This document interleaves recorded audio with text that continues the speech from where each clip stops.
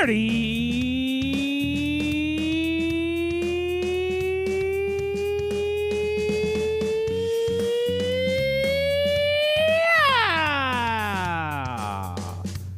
extra long one. Feels a little different, but you know, that's the way it goes. Welcome to Fourth and Dirty, guys.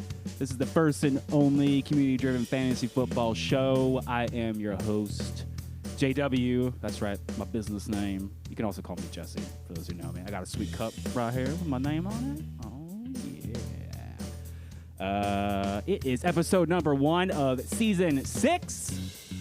And of course, if you haven't already noticed, it's just me. Well, there's a cat around here somewhere. We do have a cat cam. That is an option. I don't know where he is or what he's doing. But you know, that's how cats roll. So what can you do? As always, folks, you can hit us up on the social medias at Fourth and Dirty, Twitter, Facebook, and Instagram. We are on all the audio platforms, Spotify, Apple Music, YouTube Music. If you happen to miss us live, we are on the old YouTubes. I know, isn't that nice and confusing? You got YouTube Music and YouTube. Well, I don't know. I'm not in charge. I don't make the decisions over there. It is August 5th. And episode number 212, for those keeping long count. For anyone who's interested, I've got one of these super cool websites, fourthanddirty.com. For our central hub, you can find basically everything I just said. You can email us. Oh, I forgot about that. Show at fourthanddirty.com or Jesse at fourthanddirty.com. Like I said, all the social posts, all the music, everything's right there. You donate if you're feeling spicy. You can even check out some of our Instagram feed here. Any old episodes or articles you're looking to hunt down, that would be the spot. Oh man, I have to say this is strange. This is strange. It's new times over here at Fourth and Dirty. New times for those who were here with us last week. Evan, my former co-host. Unfortunately, well, not unfortunately, but he needed to focus up on school, focus up on the family, so he is stepping away for a bit. You know, things change. You know, we'll have that conversation when we get there. But for now, it's me, sole survivor, JW, the businessman. This is strange beyond belief, to say the least. I see Tim has joined us in the chat. Oh, we got the same shirt on. Hell yeah. We'll get to that in a second. It's one of my favorite shirts. I actually even like to wear these to my day job. Keep me nice and cool while I'm out there solving all the tech problems. But besides the old Evan show news, for those keeping tabs, we are actually on our full-time schedule. That means every Monday during the season. So that means we'll be back on August 12th, live on Twitch at 8 p.m. Barring anything unforeseen or schedule changes, we'll probably be carrying on with our top 15 debates. Moving on to those running backs, perhaps. We'll see. You know, we got some guests in the work, but I got to book those first before we can make any schedule changes. So if it's just me, we'll continue on with the old top 15 debates. For those also paying attention, me, literally this weekend, I went and popped over to the old Semantics studio, made a guest appearance. Sade Fireblade ended up being that episode count. So go do yourself a favor, check out semanticspodcast.com. Donate to their Patreon if you want to get that sweet after party. Absolutely ridiculous. I think it's called Buzzin'. And you can infer whatever that means from there. But thank you, Sam and Trav, so much for always supporting Fourth and Dirty, bringing me on the show. Always have a great fucking time. And there it is. Trying to avoid cursing. Already dropping F-bombs. Also hit up Semantics on the social media at Semantics for all your wonderful Semantics podcast needs. Speaking of, I think we've decided officially this Friday for the Semantics Listener League. We're going to be officially dropping that league save link in there so everyone can hop in and grab a spot. The draft is August 25th. Party starts at 12, but the leagues will start drafting at 1 and 2 p.m. respectively. So once everyone gets in, we'll get all the leagues divvied up. You'll know which league you're in, and then you can figure out whether you need to show up for 1 or 2 p.m. Even if you don't get a spot, you just want to come hang out, we'll be over at the old, I think it's right here, yeah, the old Rock Pit Brewing. Great sponsor for Semantics, always been good to us. So we will see you all on August 25th for the Semantics Listener League draft. And before I forget, since we're wearing matching shirts today, Tim Cruise has finally jumped back on board, pun intended. Oh no, what happened here? The website's all wonky. There we go. Tim Cruise timcruise.com for all your cruising and travel needs. I think he likes to use the term travel advisor, and I like that distinction because he's here to give you advice on travel, not just taking your money. All right, guys. Recently, I was able to join on one of his trips, the Semantics at Sea cruise. Absolutely had a wonderful time going to Costa Maya and Bimini. Yeah, see, I learned how to say it finally. So if you ever need any travel needs, and I think they even do like theme parks, pretty sure. I know they help Sam and Trav with their Ireland trip. So go check out timcruise.com. He's on board for all of the next season. He'll be sponsoring our Killed It section of the show once we get into the actual season. And then he's also going to be sponsoring the Semantics Draft Party. So if you're looking for some swag, you're looking to get some advice, Tim's your man. He'll be there August 25th from 12 to 4. All right. Well, I guess we're going to have to keep on keeping on. We got some NFL news. Hold on, where's my stuff? Got to press buttons. So many buttons.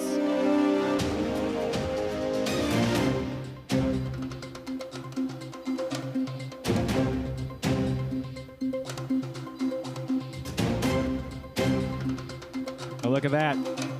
I think we got him. The cat cam caught old Baggy bringing out his one of his favorite toys. Sid the Sloth, for anyone who's curious. Yes, Sid the Sloth from Ice Age. But back to that NFL news. Thank you, Baggy, for bringing out your donation to us. Wide receiver Tyreek Hill signs a new 3-year, $90 million deal with the Dolphins. Very smart on their behalf, locking up one of the best wide receivers in the game. For those who are paying attention, they've also recently re-signed Tua Tagovailoa. We'll talk about him more here when we talk about our QBs. But they've also locked up Jalen Waddle. They seem to be very intent on keeping this core group of players together. So that's always nice when you have a team who gets it. They're like, all right, we got to spend the money where it counts.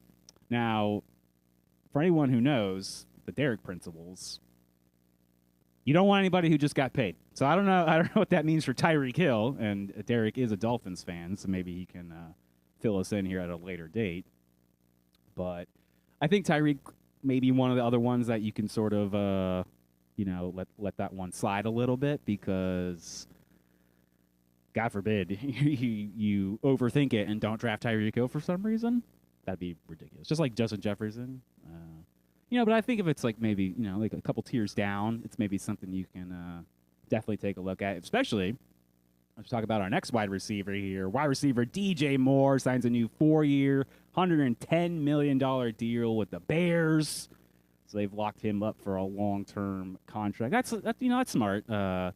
You have a aging wide receiver in Keenan Allen that they just recently traded for. So, if you're looking to balance that out as a team, I can get it. DJ Moore has been very spotty over his career. He had a pretty decent season his first time with the Bears, but this is a totally new QB, almost a whole new offense with Keenan Allen, DeAndre Swift.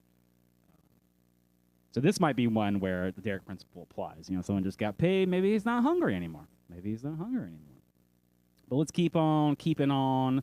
Get into that injury news. I falling, and I can't get up. Please, no! No! No! No! I'll throw an extra my leg in here. My leg!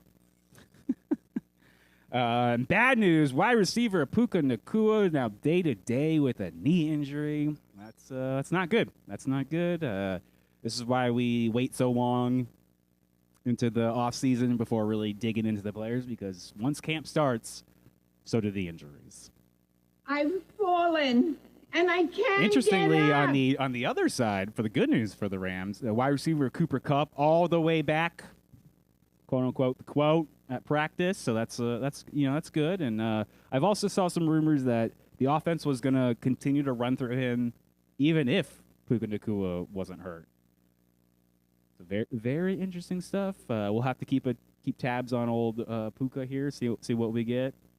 Wide receiver DeAndre Hopkins is out with a knee injury.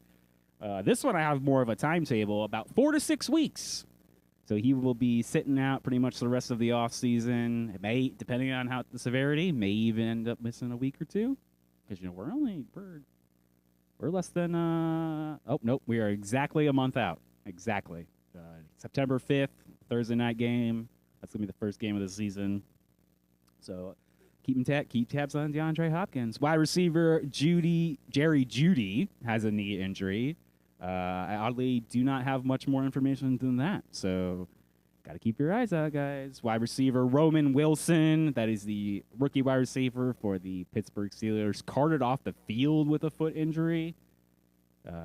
Being carted off is never not a good sign. Not a good sign, but we'll keep you updated as we find out more. Moving on to the QBs, we got QB Justin Herbert out with plantar fasciitis. Those who don't know, that's the bottom of the foot, I believe. I'm not a doctor. I just play one on TV. Now, he allegedly should be ready for week 1. We'll see. We'll see. Also should affect your QB rankings. QB Geno Smith dealing with a knee/hip problem. I actually do have an update on that one. Apparently today, he got back to practice, which is a good sign, but he had missed 4 practices up until that point. So keep an eye out for old Sam Howell, who I believe set the old pass. I think he was the passing leader. I didn't want to say set a record. He was the passing leader last season. So, they coming for you. And of course, when we change the kickoff rules, and we have arguably what might end up being more returns, we're going to have injuries. We already have our first new kickoff injury rule already. We got running back Deonta Foreman. He got airlifted to the hospital due to this injury. So that is very serious. Very serious. I honestly would anticipate more of that happening during the season. If you guys got a bunch of grown-ass men running full speed at each other, I think injuries are going to occur. I honestly think injuries are going to occur. And then finally, before we wrap up our injury segment, QB Russell Wilson returns back to practice after a calf injury.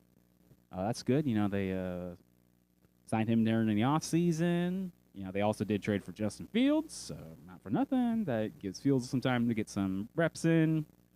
Something to pay attention to here during the offseason. I think ultimately we'll probably see Russell Wilson starting if I had to take a bet. I am a betting man after all, so. But do not don't be counting out old Justin Fields here. Don't be counting out old Justin Fields.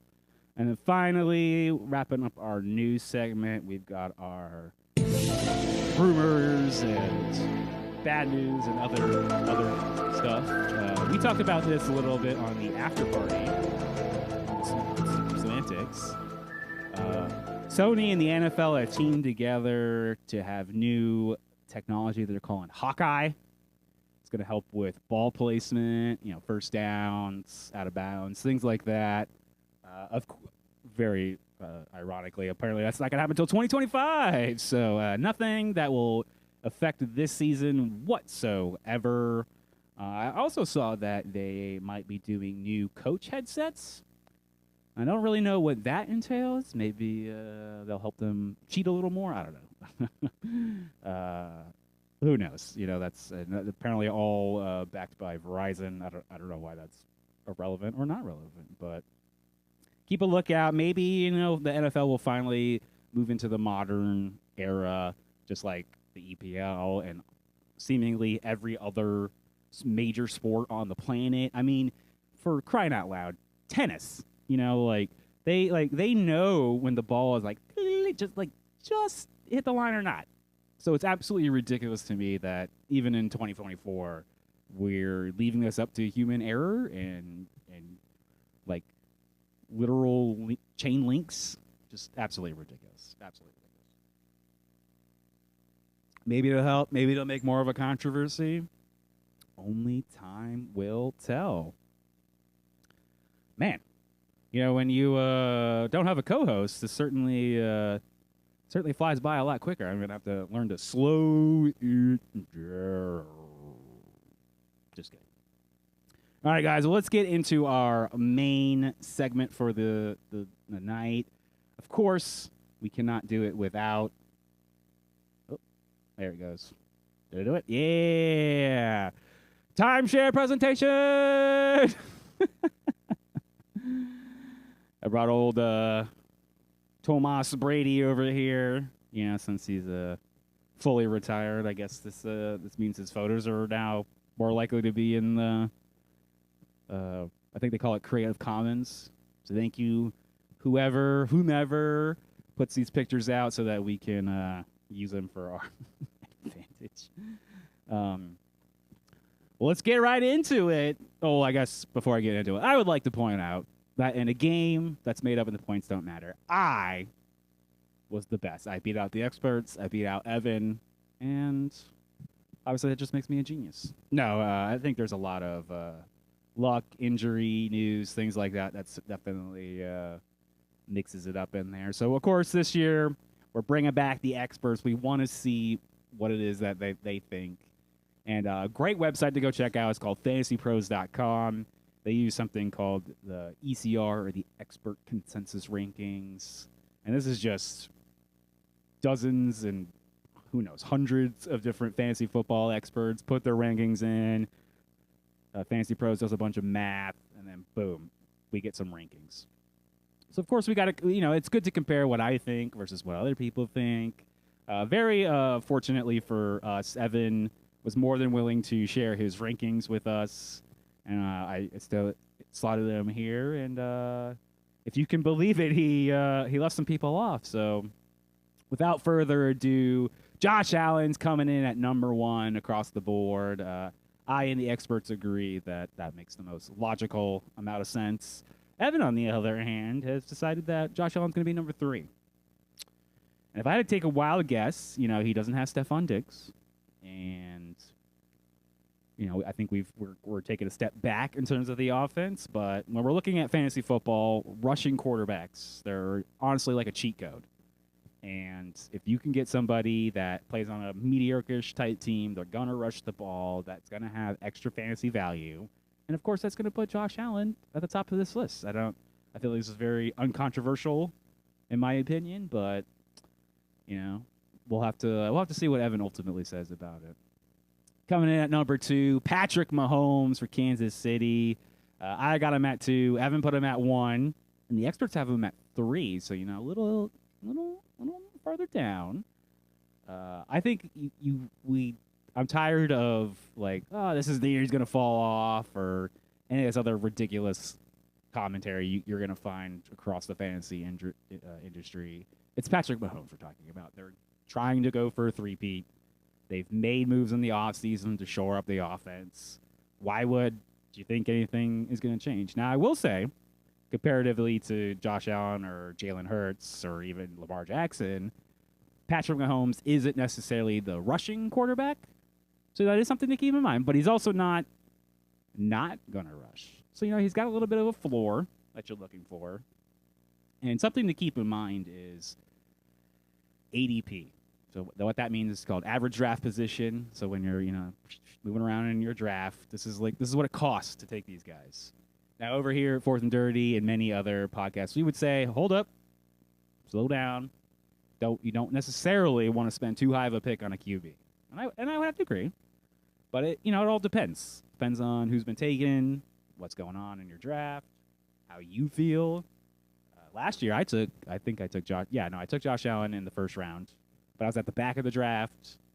I had won a championship. You got to make some crazy moves. I think it backfired a little bit on me. He didn't have as good of a season that would warrant a number 1 overall pick like that. Something to keep in mind. Coming in at number 3, Jalen Hurts for Philadelphia. I got him at 3. Evan's got him at 4. And the experts have bumped him up to number 2. I don't inherently, again, this is not one I inherently disagree with. Jalen Hurts is a rushing QB.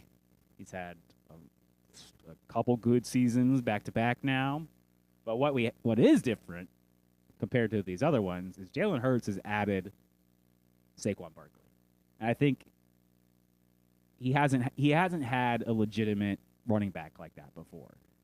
And we're not exactly sure how they're going to run the offense. And ultimately, my concern, why I just bumped it back a little bit, is that what Jalen Hurts was able to do in previous seasons was get those goal line touchdowns. And if you have somebody like Saquon Barkley there to snatch those goal line touchdowns, what does that really leave for Jalen Hurts? And not for nothing, but Jason Kelce also has retired. This is arguably going to be a Hall of Fame center. And those little, what do we call them? The brotherly shove, those little boot scoots, rugby-style plays. I think those might be fewer and far between. And, of course, another year older means you're another year closer to getting injured. And I think, as a organization, you're more inclined to want to protect your quarterback. So I could see them dialing that back just a little smidgy, just a little smidgy. Which is why I put him at 3. Coming at number 4, Lamar Jackson. I've got him at 4. I haven't put him at 5, and the experts have him at number 4. So it seems overall everyone's pretty much on the same page. Again, this is another rushing QB. He's going to have a little bit of a baseline. But once again, we have to talk about the running back. Now, Baltimore Ravens have signed Derrick Henry to the team. He's a little bit older than Saquon. I'll give him that.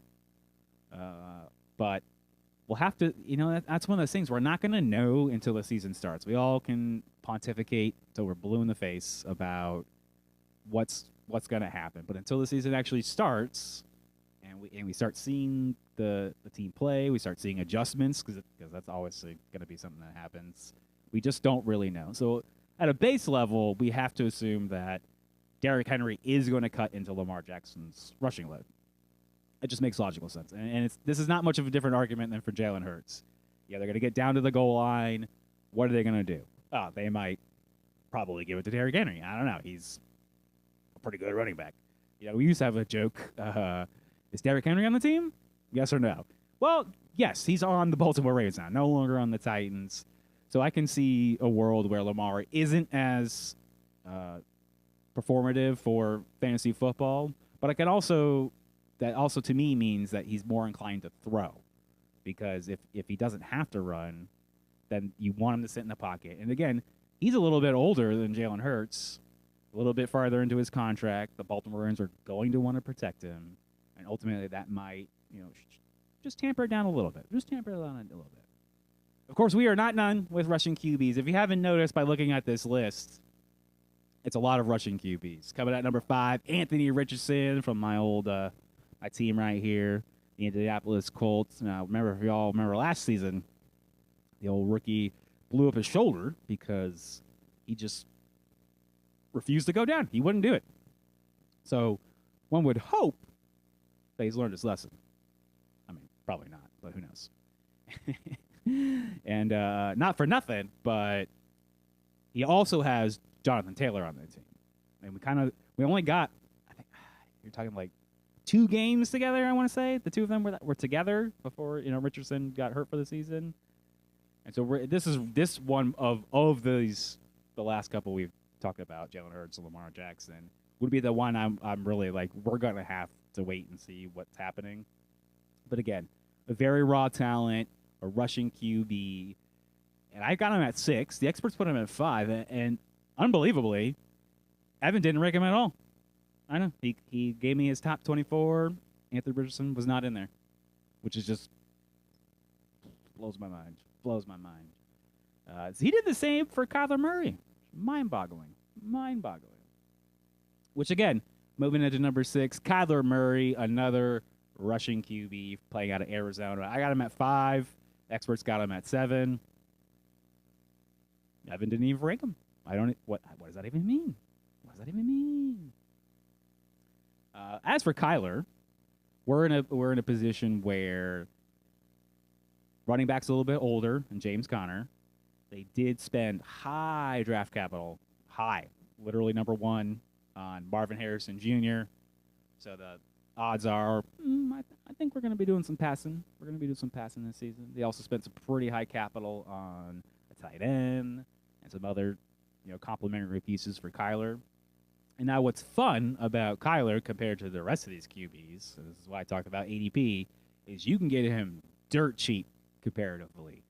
You get him around 5, 6, 7, 8 sometimes, depending on your draft and how insane your league is. When you're talking about Josh Allen, Pat Mahomes, round 1, round 2, Jalen Hurts, Lamar Jackson, rounds 2, 3, 4.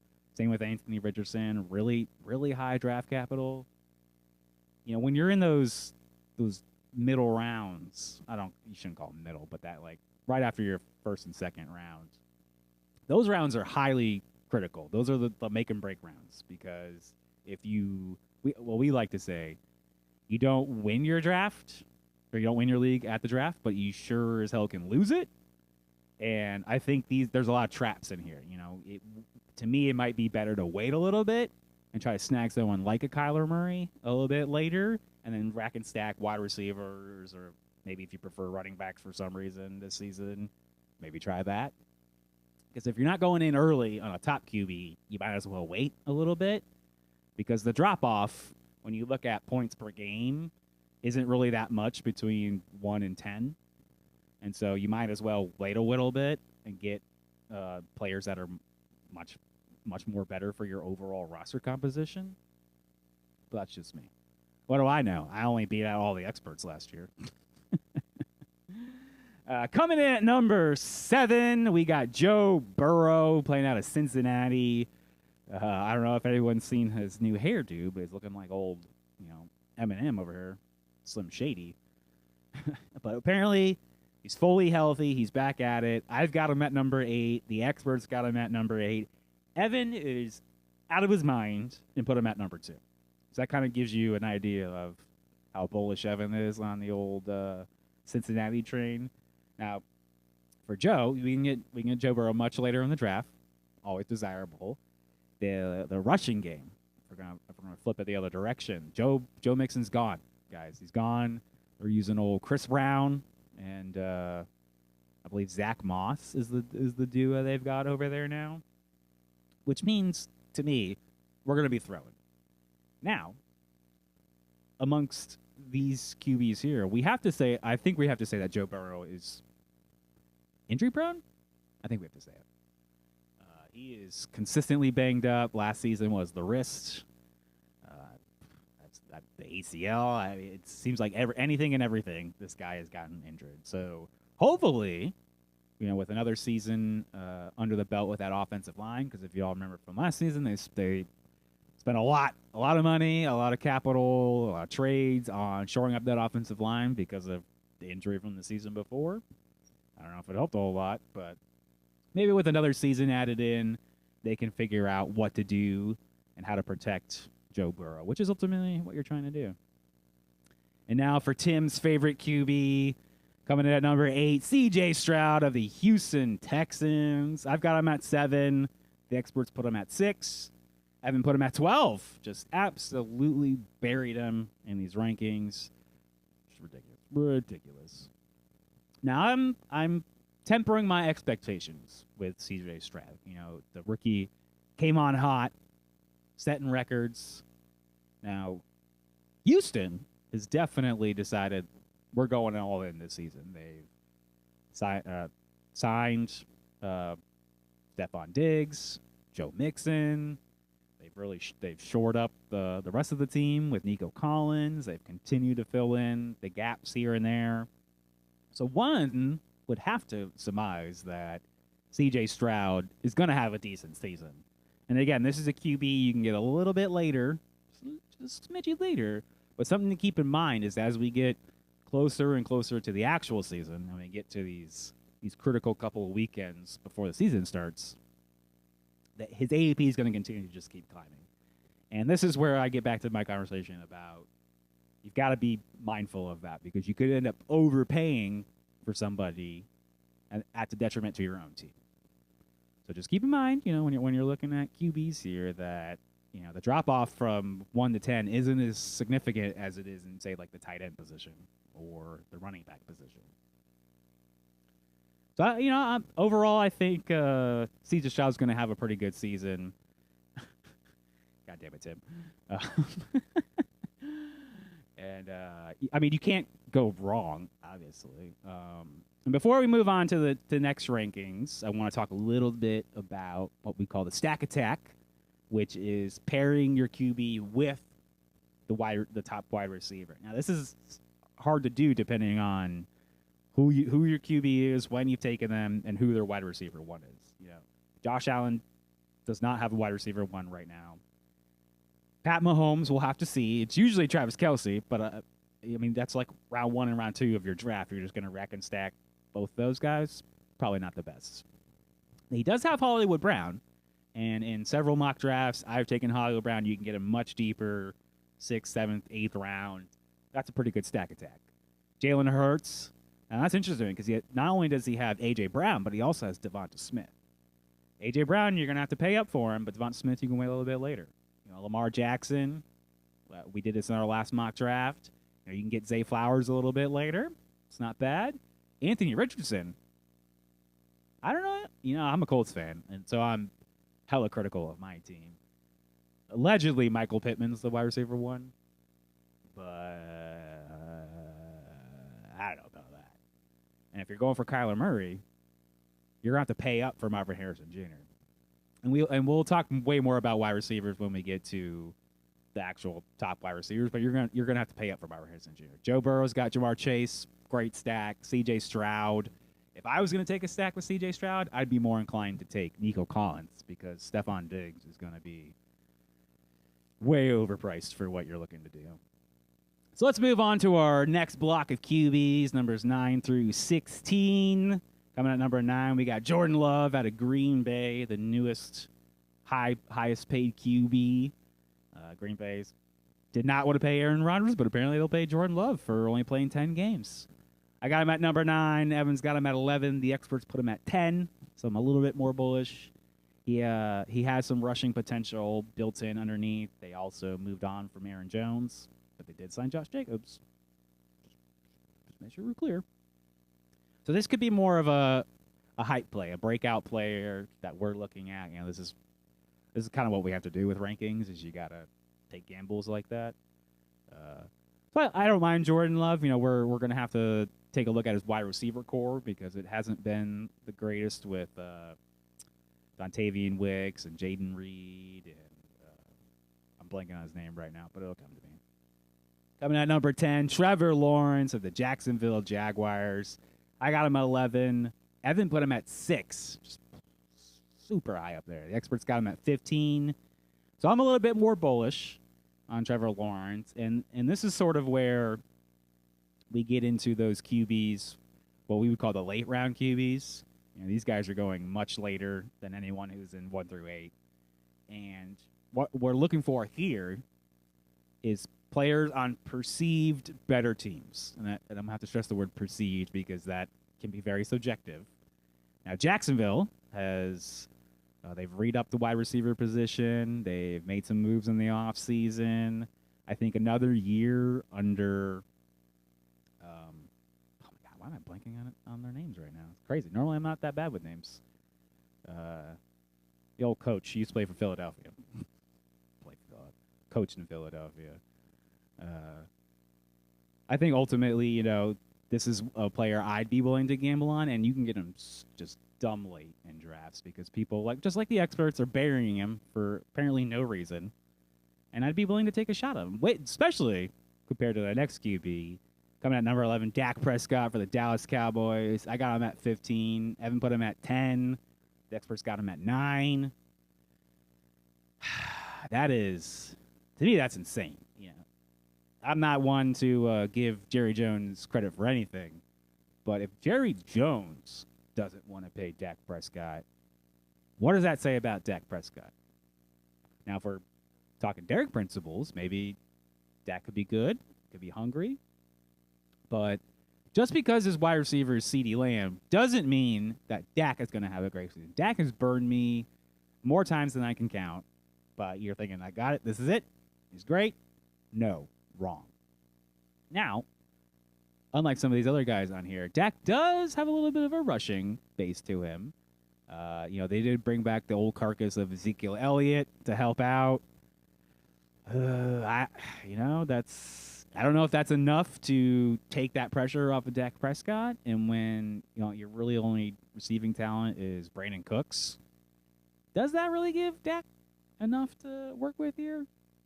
Now, again, these guys are deep shots. You can take a shot, see if it works out. But amongst this group here, you need to be willing to pivot away. If it doesn't work out, trade them away, drop them if you gotta. You're gonna have to wait a week or two to figure that out. But maybe it pans out. But also, it might not. Coming at number 12, Jared Goff of the Detroit Lions. I've got him all the way up at 10. The experts put him at 14. And Evan didn't even bother to ring him, which is crazy because we got him on our Scott Fish team together. Absolutely ridiculous. I like Jared Goff. Jared Goff's a great value play for quarterbacks. They re-signed Amon-Ra St. Brown to a big contract. They clearly want to throw the ball. Dan Campbell seems to have just really inspired that team. And again, if you can get a QB in rounds 8 through 12, and he's going to put up decent numbers for you every week, it's kind of hard to turn your nose up at that. And again, I think with the player potential, he has that upside to sort of break into that top 10, which again, for fantasy, could be all the difference in the world. Coming at number 13, Tua Tagovailoa for the Miami Dolphins. Recently, re-signed by them. I've got him all the way at 17. Evan's got him at 7. The experts put him at 13.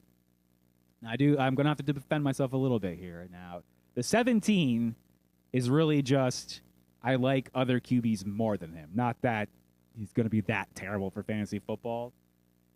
He'll certainly have his weeks. But he's also going to have his down weeks, which means you're going to have to probably pair him with another quarterback in order to balance this out because he has notoriously disappeared during tough matchups. Heck, even in good matchups, he'll disappear. So it's just definitely something you need to keep in mind when you're looking at Tua. He's got Tyreek Hill. He's got Jalen Waddle. They've got a great running back core there. But I was talking to Derek off air when we were recording for Semantics, and Tua has a propensity to underthrow his wide receivers. So anything from like 0 to 20 yards, fantastic. That's all Jalen Waddle territory. But Tyreek Hill, he's going deep. I will give Tyreek the Yak Master, yards after catch. It's very nice, very nice. Coming at number 14, Aaron Rodgers with the New York Jets. I know. I can't believe it. I got him at 12. Evan's got him 8. The experts buried him at 20. This one's going to be tougher to justify. Let me take a sip. For me, a lot of this has to do with his Achilles tear happened literally week 1, a couple plays into the game. So he'll have the longest amount of time humanly possible to recover from his Achilles tear. Now, he's also Aaron Rodgers. So if anyone knows, he's been, doing his ayahuasca trips, his dark room nonsense. We've even heard he listens to dolphin sex noises to help him heal up his leg. I don't know what that means medically. someone can please help me understand how dolphin noises help, I would honestly love to find out more because it just doesn't make any sense to me. But this is Aaron Rodgers we're talking about here, the old gunslinger. He also has a great wide receiver one in Garrett Wilson. It's hard for me to imagine, if he's healthy, a universe where Aaron Rodgers can't break into the top 12. And Evans absolutely out of his mind at 8. I think that's a little ridiculous. But what can you do? He's not here to defend himself. Coming at number 15, Brock Purdy, Mr. Irrelevant for the San Francisco 49ers. I don't think we can call him Mr. Irrelevant anymore. He's done quite well for himself, making a Super Bowl appearance. I mean, took an L, but what can you do? I got him at 16. The experts put him at 11.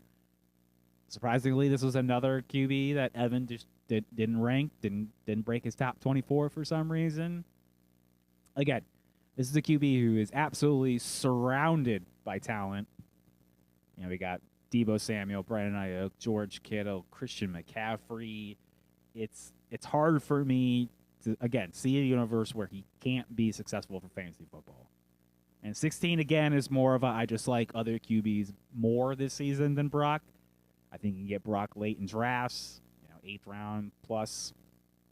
Great value. You can try to stack attack if that's something you're interested in. I don't know. I think that would work better if Brian Ayuk ends up getting traded off the team, so then you can focus in on a Deebo Samuel or a George Kittle stack if that's what you're looking for. But I don't mind me some Brock Purdy. Brock Purdy might be a great quarterback to pair up with Tua. That way you can cover your up and down weeks. Have a nice little squad there. And then rounding out our top 16 here, we got Justin Herbert, the Los Angeles Chargers. Now, we literally just talked about his plantar fasciitis, so I bumped him down a little bit to 18. Evans got him at 13, and the experts have put him at 17. I can see why. After he came on really hot his first 2 seasons, he started dipping off. The entire team has changed. The entire team. No more Keenan Allen. No more Mike Williams. No more Austin Eckler. You got old John Harbaugh up in here. That's the former University of Michigan coach. Harbaugh has stated very emphatically that they're going to run the ball a lot, like a lot.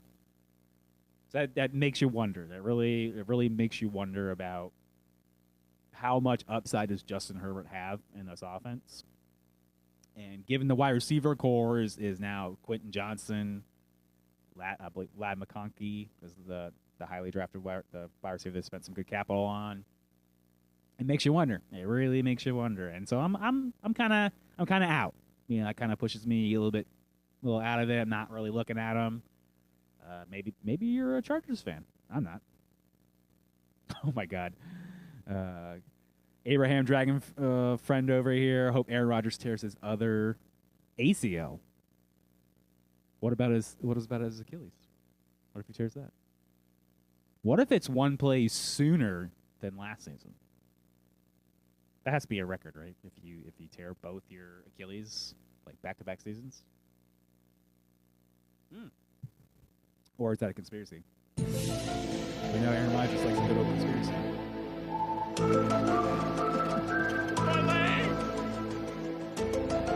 Tear it all. Yeah, right.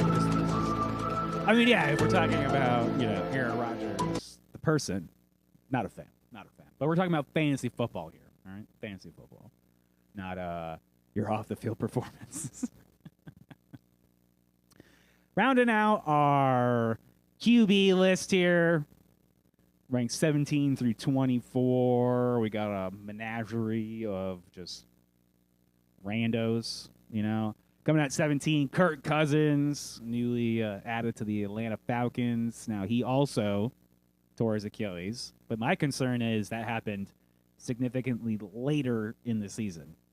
On top of that, the Atlanta Falcons spent a high first-round pick, I believe 8, on Michael Penix Jr. Big Penix energy over here. So I've buried Kirk Cousins.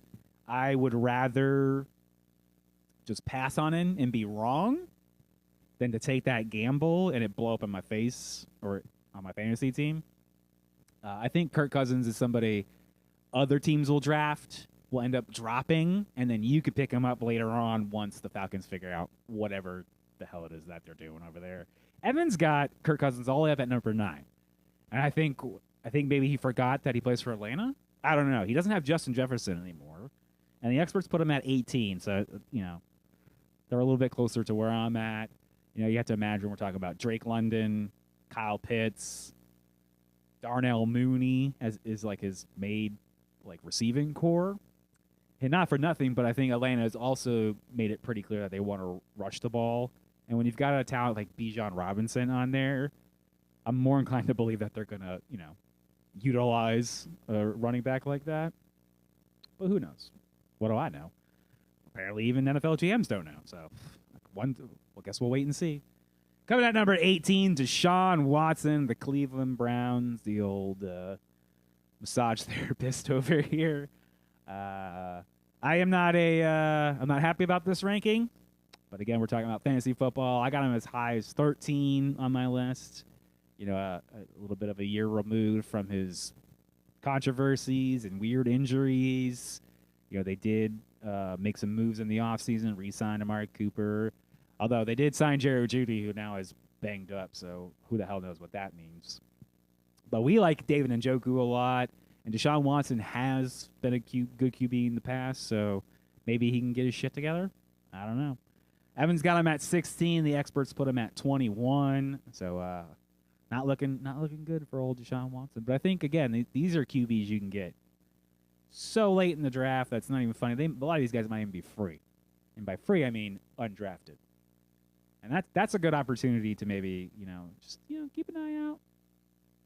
Maybe stash one for later.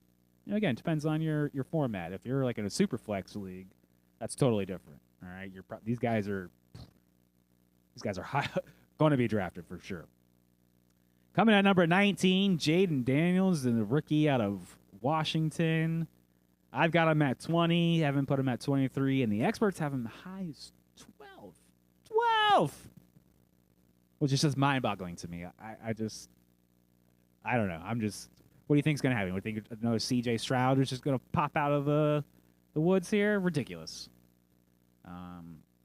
This is a Dan Quinn team, new head coach. They did sign Cliff Kingsbury, fresh off his visit from Thailand.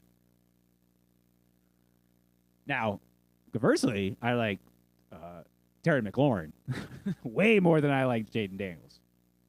I just, this is a QB. We're going to have to see what the team does, how they want to operate. They did also get Austin Eckler in the offseason. That could be another great late stash. QBs are going to want to check down, especially a young QB. Something to keep an eye on. Let somebody else take him and then have it blow up in their face, and then you can pick him up for free, week 5 or 6 once they've kind of figured their stuff out. And then you got yourself a nice little QB pairing. Coming at number 20, Caleb Williams out of Chicago. Then 2? 1? I don't know. Doesn't really matter. 1. I got him at 21. Experts put him at 16. Evan didn't rank him at all. But apparently I ranked him below Jaden Daniels. So, what the fuck's going on over here? Probably should have updated that before I put the slides up today. But overall, I think Caleb Williams is probably going to have an easier time by the end of the season. They've got a much better offensive around him. They spent high capital on him, so they're more inclined to get him out there. Now, of course, we're going to have to talk about the off-field antics for Caleb Williams. I've seen issues with his leadership skills, his maturity. We're going to have to see how that plays once the season starts, whether he's ready. For anyone who watched the Thursday Hall of Fame game preseason, he didn't play, so we haven't even seen him get any reps out in public. Not that that matters at all for preseason, because the only week that would matter, if it mattered at all, is the third preseason game, week 3. That's usually when all the starters actually play. So we'll have to TBD, a little TBD here. Coming at number 21, I got Baker Mayfield out of Tampa Bay. I've got him high as 14. I haven't put him at 21. The experts at 22. I think it's just ridiculous to think that a guy who's got Mike Evans, Chris Godwin, Rashad White is going to be terrible. You know, he had a great, I don't want to say great, but he had a resurgence in his career last season after getting seemingly passed around everywhere. And I think they did him dirty in Cleveland, you know, with the whole Deshaun Watson stuff. What I'm more curious about than anything is that the offensive coordinator left to go to Carolina. So will he have the same success with the new offensive coordinator that he did last year with Dave Canales? It seems to be the old QB whisperer over here. But again, hard to believe you couldn't get a good season out of Baker Mayfield when you got Mike Evans. Hall of Fame Mike Evans, by the way, for CJ if he's watching up here. Coming at number 22, Matt Stafford for the Rams. I got him at 19. Evans got him at 20, and the experts put him at 19. I think we're all on the same board here. He's probably going to be a half-decent QB. You know, a little bit older. You know, I think we're getting pretty close to 40 here, guys. That's really old for QBs. But he is a gunslinger. He does have Cooper Kupp. If Puka Nacua is healthy, another great addition to his arsenal. Again, this could be another great QB to pair up with somebody like a Tua or, like maybe even a Jaden Daniels. Shit, I don't know. But again, it's hard to imagine when you got a good wide receiver like Cooper Kupp that things are going to go absolutely off the rails. Unless, of course, his age catches up with him and he gets injured. But we cannot predict injuries, so there's no point in burying somebody just because of an injury. Coming at number 23, Geno Smith out of Seattle. I got him right at 24. Evan put him at 14. The experts put him at 23. I don't get why he's got Geno so high, because what I'm concerned about, and I think this is maybe what the experts are thinking, is Sam Howell. You know, they made a trade for Sam Howell in the offseason. He was the passing leader last year. Geno's another year older. You know, again, that whole Dave Canales thing we just talked about. You know, if you go 2 seasons back, his OC was Dave Canales, and then all of a sudden Geno has a resurgence. Then he leaves, and Geno falls off. So it's kind of, it can only make you wonder. You know, it's just like. Now, as for Geno, he does have quite a good wide receiver core with DK Metcalf, Tyler Lockett, Jackson Smith, and Jigba. So again, it's hard to see him doing much worse than being what we would call a top 24 or a QB2 in this case. And what I mean by that is, if you're playing in a 12-team league, 1 through 12, 13 through 24. So it's hard to imagine him being worse than a QB2 unless Sam Howell comes in and just takes his lunch from him, which is absolutely possible and definitely someone I'm willing to pass on. Wait and see what happens. If he starts having a great season, good matchups, pick him up. If he doesn't and Sam Howell ends up taking it, boom, you didn't waste a pick on Geno Smith. And then wrapping up our top 24 here with Will Levis out of Tennessee. I got him at 23. Evans got him at 24. The experts put him at 24. I don't know. When you put mayo in your coffee and eat a banana the incorrect way, I can't get behind it.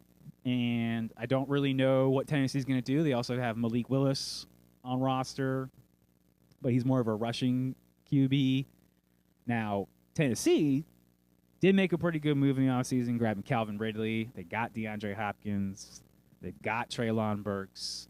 So there could be potential there. There could be a lot of potential there. And that's kind of why I put him right there.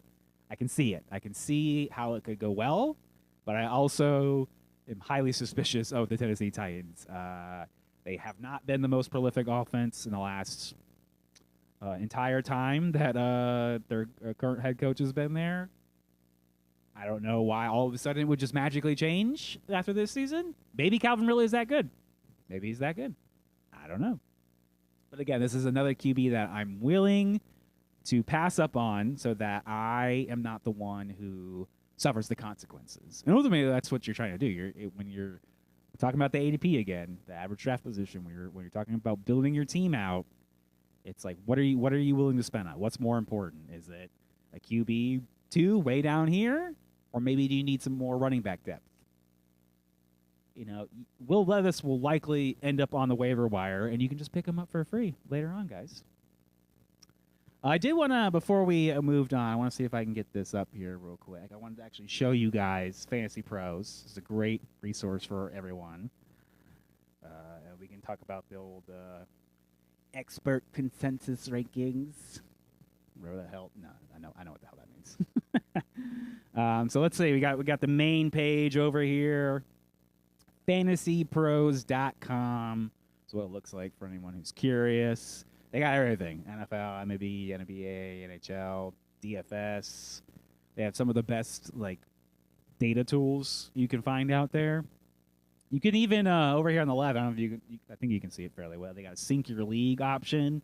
You can actually, I don't want to say import, but they can read the data. They can look at your team, see what kind of weaknesses you got. They can even, I believe, they even help with drafting stuff, which is this draft wizard over here. So great resource for you. But if you're looking at the NFL, we want to look at our 2024 draft rankings. And you'll see it'll kind of pull up a whole thing here. Of course, we are cultured, so we use half PPR. And since we're only looking at the QBs, let's sort by QBs. And as you can see here, this is the rankings I pulled. And they've got all kinds of stuff: bye weeks, strength of schedule, and then that far right column, ECR versus ADP. So ECR is your expert consensus ranking versus the average draft position. And that's a good tool to think about when you're like, all right, how does everyone rank him versus where he's being drafted? So I would say everyone's got Josh Allen at 1 because be a maniac like Evan otherwise. And as you see, it kind of goes down. Now, if you're looking at these tier breaks, this is actually something very important you should pay attention to. It's probably the best way you can draft is to kind of group players together and sort of all right, these are the best 4 QBs. These are the next best. These are the next best, and sort of break them down by tier. Because, again, you don't want to inherently overpay, but you also don't want to underpay for somebody. So, I think we can all agree that probably the best 4 QBs in the league are Josh Allen, Jalen Hurts, Pat Mahomes, and Lamar Jackson. I don't think anybody would be upset about having one of those QBs on their fantasy team. But when you're looking at their ADP, that might be where you start going, oh, okay, maybe I might wait for a tier 2 guy. And if all the tier 2 guys disappear, all right, we're looking at tier 3 here. Not as good, and so that's a tool to utilize when you're drafting so that you can kind of balance your approach. Now, don't get too bogged down in the bye weeks, all right? These are problems you can solve later on. You're like, oh my God, do I get 2 guys that both have, week 14s? Just don't overthink it. Don't overthink it, guys, all right? So that's Fantasy Pros. Highly recommend them. Go check them out. They also have strength of schedule stuff, but that is highly subjective based upon how good you think any one team might be. I don't know. But thank you guys so much for sticking with us and starting season 6 off with quite a new twist. Just solo dolo JW over here. You can always check us out at fourthanddirty.com. That's still going to be your central hub for all of our content. If you're in any custom leagues like the Semantics League, you can check that out right over here. You can check out all of our social media stuff. You can email us, show@fourthanddirty.com, jesse@fourthanddirty.com. We're on Facebook, Instagram, Twitter, @fourthanddirty. If you miss us live on Twitch, don't worry. We get that uploaded to YouTube right there for you. We're also on Spotify, Apple Music, and YouTube Music, not to confuse everybody, as much as humanly possible. If you're interested, you can always donate. You can check out any articles, community stuff, all just right here. This is your spot. This is your spot for 4th and Dirty. All right, guys? You can also find me on the social medias @MadonnaJesse, @JesseMadonna. It's one or the other, depending on which platform you're on. I'm pretty sure the Twitter is @MadonnaJesse, and the other one's just, my name. But we'll be back next week, August 12th. We'll be continuing on with our top 15 debates, looking at running backs. If we can get the guest stuff worked out, maybe we will get some guests on here, switch it up a little bit. And I will see you all in 1